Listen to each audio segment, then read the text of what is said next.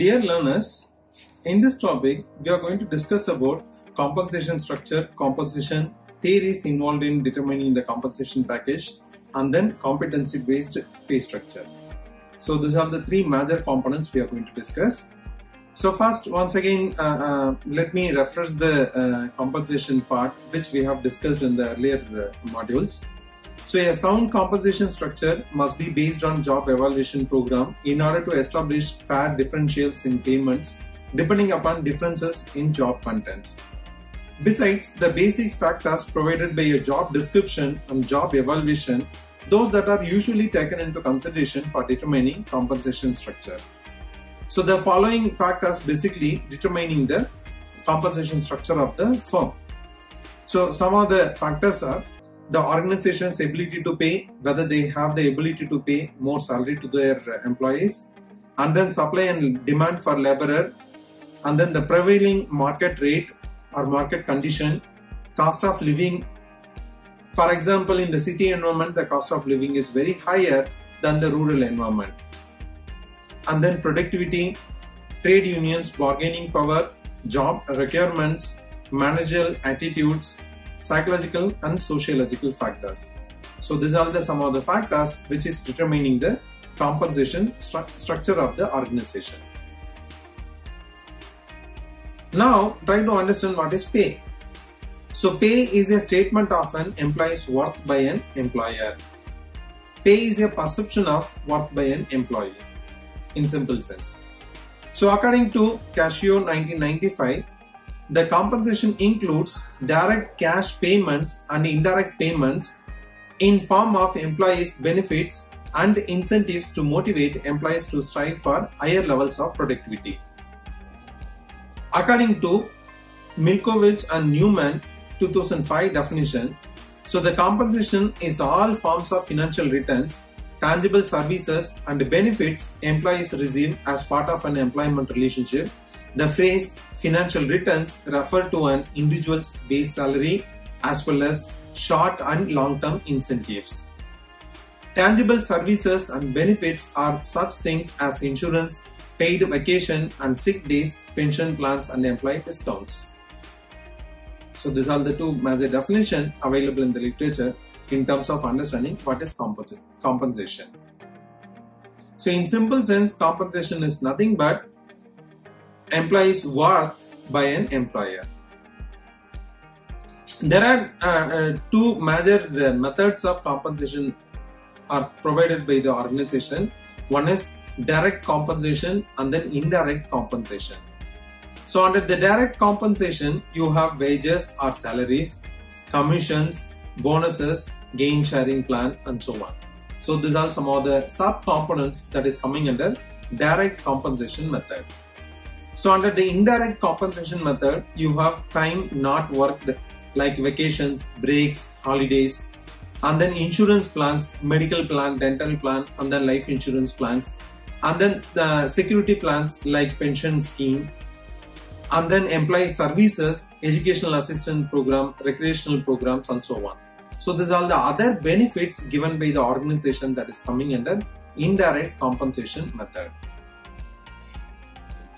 Now try to understand some of the theories involved in determining the wage. So there are two broader theories that are available. One is traditional theory of wage determination and then theory of negotiated wages. Apart from these two major theories, there are other theories also available like wage fund theory, surplus value theory, marginal productivity theory, bargaining theory of wages and so on. So we'll discuss one by one in a detailed manner. First one is traditional theory of wage determination. Like all other factors of production, price of labor, that is wages, also depends on demand and supply of labor. This idea of classical economists is still found valid in wage determination, particularly in an open economy. In the United States and USA, an electrician job due to higher demand attract more wages than the wages of a manager of a retail store. For example, even in Australia, the pay which a driver is getting or maybe a plumber is getting, that is almost equivalent to a person one who is earning the wage or salary from any of the reputed organized sector based organization. So what I'm trying to convey here is basically the wage of the person is determined purely based on the demand and supply of the labor force. So this interplay between the demand and supply of labor depends on a number of factors such as availability of specific skill set, job location and availability of jobs and so on.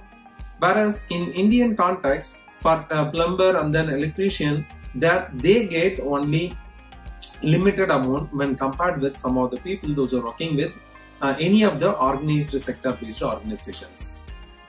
So when demand exceeds a supply of workers, the wage rate rises. In the reverse case, the wage rate falls. At the intersection of supply and demand curve of workers, we get the equilibrium wage rate. However, this requires reaching the level of perfect competition, which for labor market is elusive. So this is nothing but traditional theory of wage determination. And then the second major theory is theory of negotiated wages. So this is exactly related to your unionized setting or trade union movement. So unionized employees can negotiate salaries with the help of collective bargaining process. Normally in any unionized organization, unions periodically submit their memorandum to the management asking for wage raises to keep pace with market standards and organizational profitability.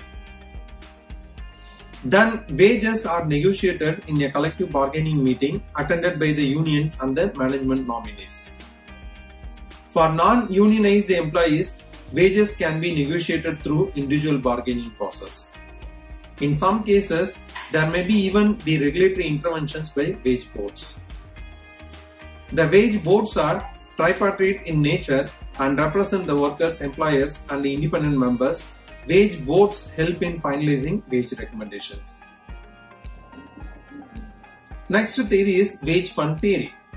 So in wage fund theory, this was developed by Adam Smith between 1723 to 1790 on the assumption that wages are paid out of a predetermined fund of wealth, the surplus savings of the wealthy.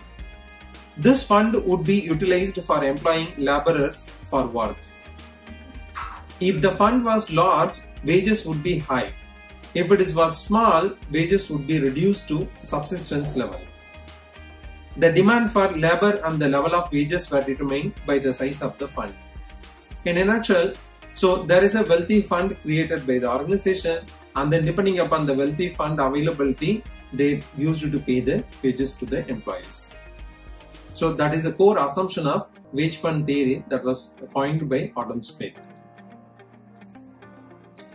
Next theory is surplus value theory.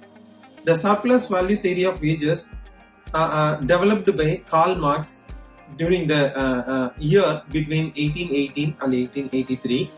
According to this theory, labor is an article of commerce which could be purchased on the payment of the subsistence price. The price of any product is determined by the labor and the time needed for producing it.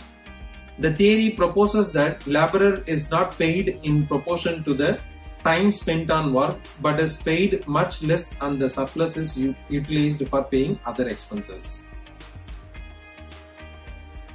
Next theory is marginal productivity theory.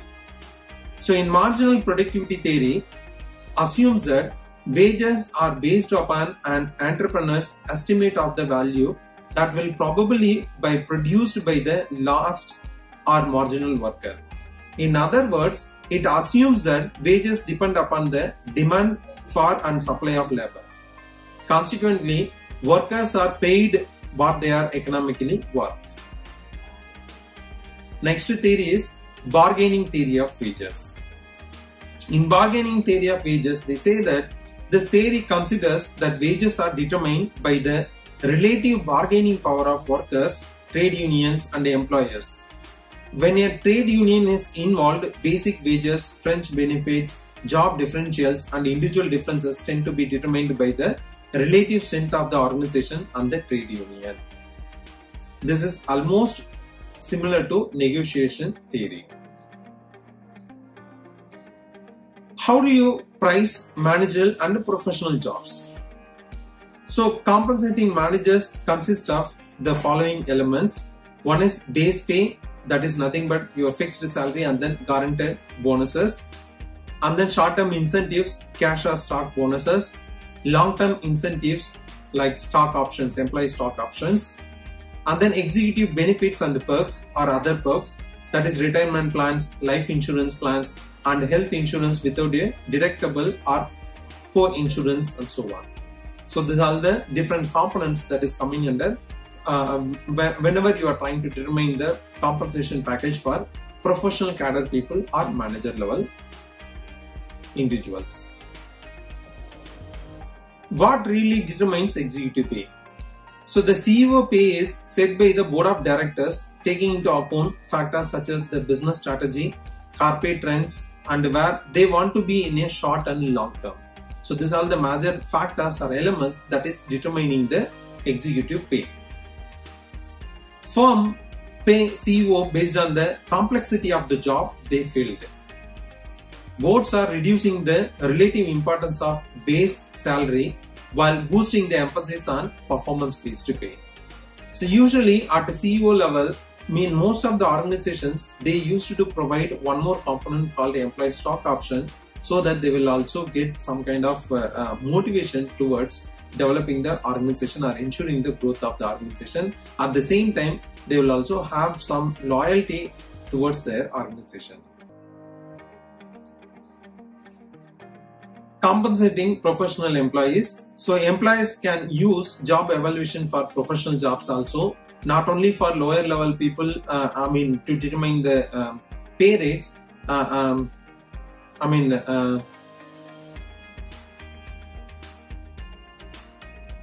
Job evaluation is used here as well.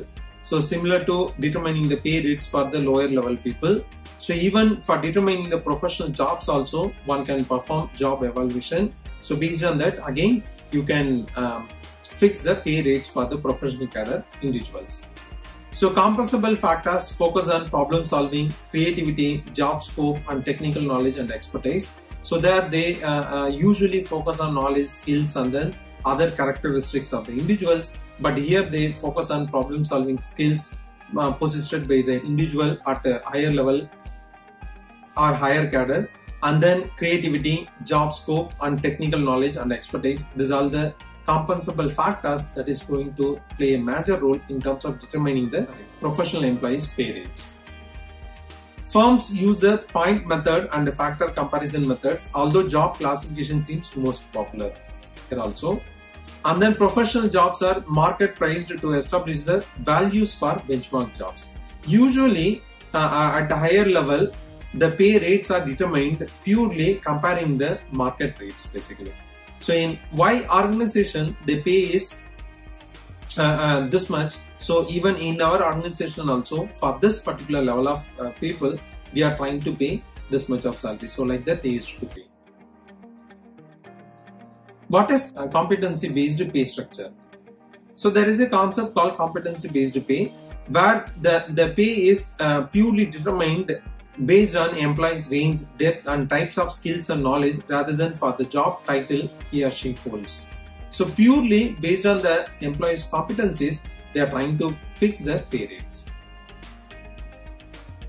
Some of the competencies are demonstrable characteristics of a person, including knowledge, skills and behaviors that enable performance.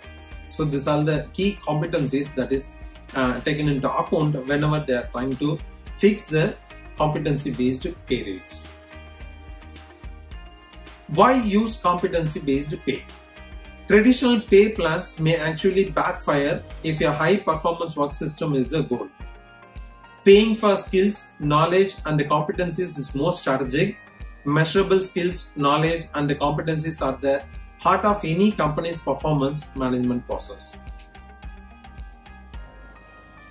So competency based pay in practice, main components of skill competency knowledge based pay program consist of the following things: a system that defines specific skills and a process for trying the person's pay to acquire a skill, and then a training system that lets employees seek and acquire skills, A formal competency testing system will be established in terms of determining the pay rates based on their competencies. And then a work design that lets employees move among job to permit work assignment flexibility.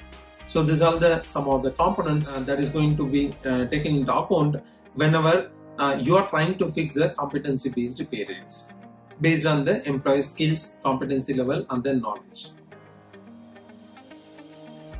Competency based pay problems and consequences. So the problems are higher quality, lower absenteeism and fewer accidents. Now we'll have a discussion about competency based pros and cons. So pros are higher quality, lower absenteeism and fewer accidents. Consequences are pay program implementation problems, cost implications of paying for unused knowledge, skills and behaviors, complexity of the program, uncertainty that the program improves productivity and so on. These are some of the consequences of implementing competency based pay rates. So other compensation trends. So there is a concept called broad banding. So in broad banding, what we are trying to do is we are trying to consolidate salary grades and ranges into just a few wide levels or bands, each of which contains a relatively wide range of jobs and salary levels. For example, in some of the organizations, they have a structure called senior director, director, and then senior research fellow, and then the entry level person. So here you can also combine some of the job classes into a fewer brands, like all the research fellow categories can go under a single band, and then the higher cadre positions can go under the single band. So like that, if you are going to merge some of the sub elements of your job categories into your major element, that is nothing but broad banding. So wide bands provide for more flexibility in assigning workers to different job grades. Lack of permanence in job responsibilities can be unsettling to new employees. These are some of the issues related to broad banding. So if you look at this picture, so here there are different levels are available, but all those levels were combined into two bands, basically band A and then band B. So this is the way the broad banding is happening. So this is a simple diagram or figure to understand broad banded structure and how it relates to traditional pay grades and ranges and so on. So now try to understand one more concept called strategic compensation. Strategic compensation is nothing but your pay structure or compensation structure is linked with your organization strategy. Suppose one of your organization major strategy is related to ensuring the year-on-year basis growth rate. Certain growth rate, suppose if you are fixing it as a target, then your entire compensation plan should position towards or correlated with your goal of the organization. So in strategic compensation, it links the compensation of employees to the mission, objectives, philosophies and culture of the organization. It serves to mesh the monetary payments made to employees with specific functions of the HR program in establishing a pay for performance standard. It also seeks to motivate employees through compensation structure. So how do you link compensation to organizational objectives? So there is a concept called value added compensation. So evaluating the individual components of the compensation program, that is pay and benefits, to see if they advance the needs of employees and the goals of the organization. For example, how does this compensation practice benefit the organization? Does the benefit offset the administrative cost? These are the certain questions you can ask yourself under the value added compensation plan. So some of the common strategies compensation goals are to reward employees' past performance, to remain competitive in the labor market, to maintain salary equity among employees, to mesh employees' future performance with organization goals, to control the compensation budget, to attract new employees, and then overall to reduce unnecessary employee turnover in the organization and so on. These are some of the common strategic compensation goals. Some of the questions you should ask yourself whenever you are trying to set strategic compensation policy structure. So some of the questions are, now we'll have a discussion about strategic compensation policy concerns. So some of the factors or some of the following points will help you to understand how to determine the compensation policy, and the rate of pay within the organization and whether it is to be above, below or at the prevailing community rate, the ability of the pay program to gain employee acceptance while motivating employees to perform to the best of their abilities, the pay level at which employees may be recruited and the pay differential between new and more senior employees, the intervals at which pay rises are to be granted and the extent to which merit and our seniority will influence the rises, the pay levels needed to facilitate the achievement of a sound financial position in relation to the products or services offered, and so on. These are some of the policy concerns.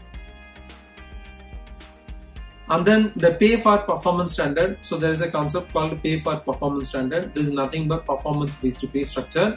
So the standard by which managers tie compensation to employee effort and performance is nothing but pay for performance standard.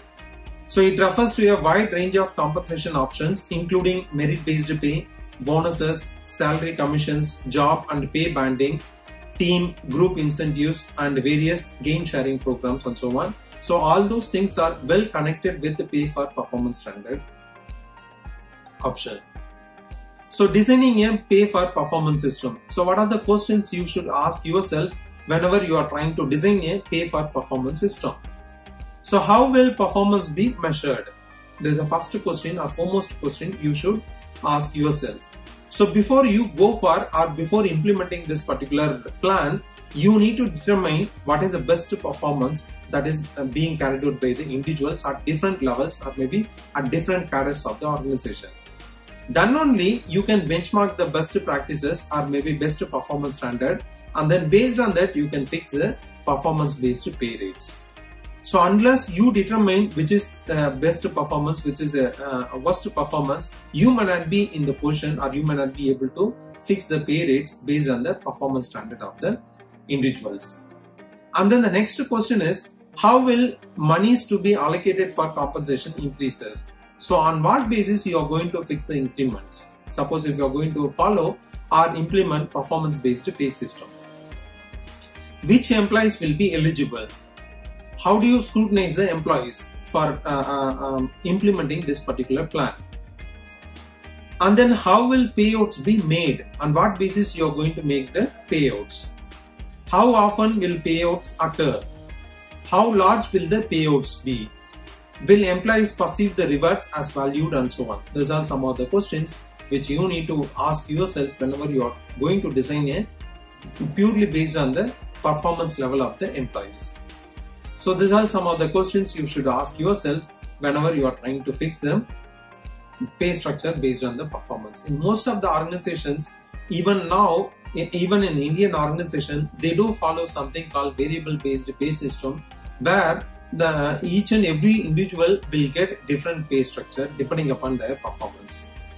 So in most of the IT companies and BPOs, even now, this particular practice is highly utilized in terms of motivating the employees, in terms of increasing their productivity. So in this module, we had a discussion about what is compensation, and then different direct as well as indirect compensation structure, and then different theories involved while determining the wages, and then competency based pay structure. How do you link how do you design strategic compensation plan? And then finally, we also had a discussion about performance based pay system. Thank you.